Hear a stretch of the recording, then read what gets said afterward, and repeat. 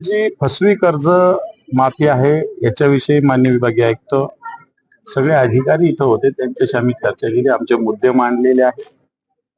कर्जमाफी कशा पद्धतीनं फसवी याच्यात काही कलमामध्ये दुरुस्तीची आवश्यकता आहे. 2008, 2017, 2019 कित्येक शेतकरी कर्जमाफीपासून अतिशय दूर आहेत. ज्यांना 2019ला पूर्णपणे कर्जमाफी मिळाली त्यांचा इथं कुठेही त्यांना 1 रुपया इथं फायदा मिळेल अशा प्रकारची स्थिती नाही. ज्यांनी 2019 नंतर कर्ज उचललेलं आहे त्यांनी त्यांच्या कर्जमाफीमध्ये सुद्धा अनेक अटी शर्ती आहेत. विभाग आयुक्ताच्या कानावर मांडले, मला वाटतं त्यांच्या मार्फत राज्य सरकारपर्यंत भूमिका पोहोचेल. या भूमिकेशिवाय खताची भूमिका मांडली आणि खत उपलब्ध होत नाही, मला वाटतं त्याच्याविषयी समाधानकारक चर्चा झाली. परंतु वीज 8 तास सतत मिळत नाही हा एक मुद्दा आहे. आणि जे कांदा खरेदी केंद्र आहे हे नाशिक मध्ये फक्त सुरू झाले, संभाजीनगरात सुद्धा वैजापूर, कन्नड हे तालुके मोठ्या प्रमाणावर कांदा उत्पादक आहेत, इथे सुद्धा खरेदी केंद्र सुरू व्हावेत. एक सकारात्मक चर्चा माननीय विभागीय आयुक्तांशी केलेली, सरकारकडे योग्य ती माहिती ते पुरवतील आणि सरकार सुद्धा दखल घेईल असं वाटतं. ऑनलाईन खत प्रणाली संदर्भात ऑनलाईन खत प्रणाली काय चुकीची असं नाही म्हणता येणार. ऑनलाईन खत प्रणाली ही चांगली आहे, त्याच्यातून लिंकिंगला आळा बसेल. परंतु ऑनलाईन खत प्रणाली करण्याच्या आधी कृषी विभागानं योग्य तयारी करायला पाहिजे होती, कारण संभाजीनगर आणि कोल्हापूरमध्ये ऑनलाईन खताच्या विषयी पायलट प्रोजेक्ट म्हणून 2 डिस्ट्रिक्ट 2 जिल्हे घेतलेले आहेत. मला वाटतं येणाऱ्या काळात असं ऑनलाईन द्यायला काहीच हरकत नाही. मी तो म्हणाले याच्यानंतर ऑनलाईन नोंदवल्यानंतर घरी शेतकऱ्याचे खत पोहोचू शकेल अशी सुद्धा स्थिती येऊ शकते जर सरकारने ठरवलं तर.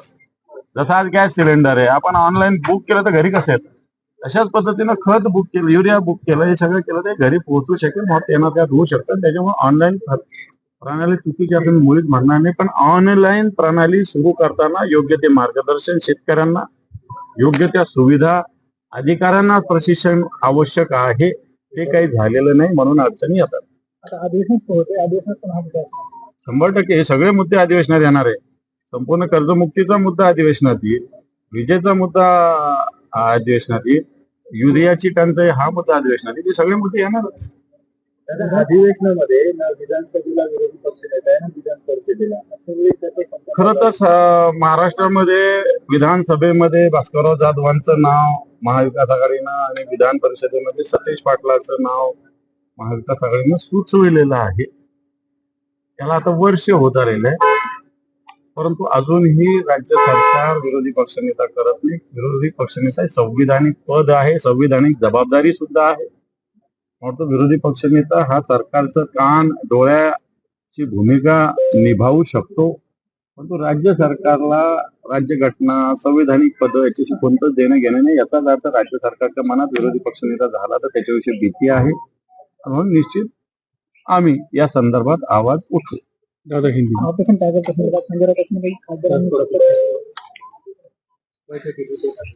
हे पहा, आम्ही वारंवार तेच सांगतो, मग जनतेचे मूळ प्रश्नाकडे आपण दुर्लक्ष करून याच विषयावर वारंवार चर्चा करतो. शेतकऱ्यांच्या कर्जमुक्तीचा मुद्दा आहे, खताचा मुद्दा आहे, कांद्याचा मुद्दा आहे, हे किती मुद्दे मारतात. तेच रोज टायगर टायगर कुठले टायगर आणि कोणतं ऑपरेशन, किती वेळेस रोज थोडे ऑपरेशन होत असतं. तुमचं दर 6 महिन्यात, दर 15 दिवसाला ऑपरेशन, दर 6 म्हणजे हे मला असं वाटतं लांडगा आला रे आला टाइप चालू आहे. सर, आज के आंदोलन का विषय क्या था और क्या चर्चा हुई? उपोषणाला बसले, शेतकऱ्यांचीच मागणी घेऊन ते बसलेले आहेत. वाटतं शेतकऱ्यांसाठी जे ज्या ज्या पद्धतीने आंदोलन करत आहेत सगळ्यांची भूमिका एकच आहे, सगळे आंदोलन व्हावं, या सरकारला जबाब विचारावा. त्यामुळे रविकांत तुपकरी बसले असेल तर त्यांच्या आंदोलनाला शुभेच्छा. सर, आज का आंदोलन का विषय क्या था और क्या चर्चा हुई? आज का आंदोलन किसानों की जो कर्ज माफी है उसके बारे में आंदोलन किया, जो राज्य सरकार ने कर्ज माफी की ये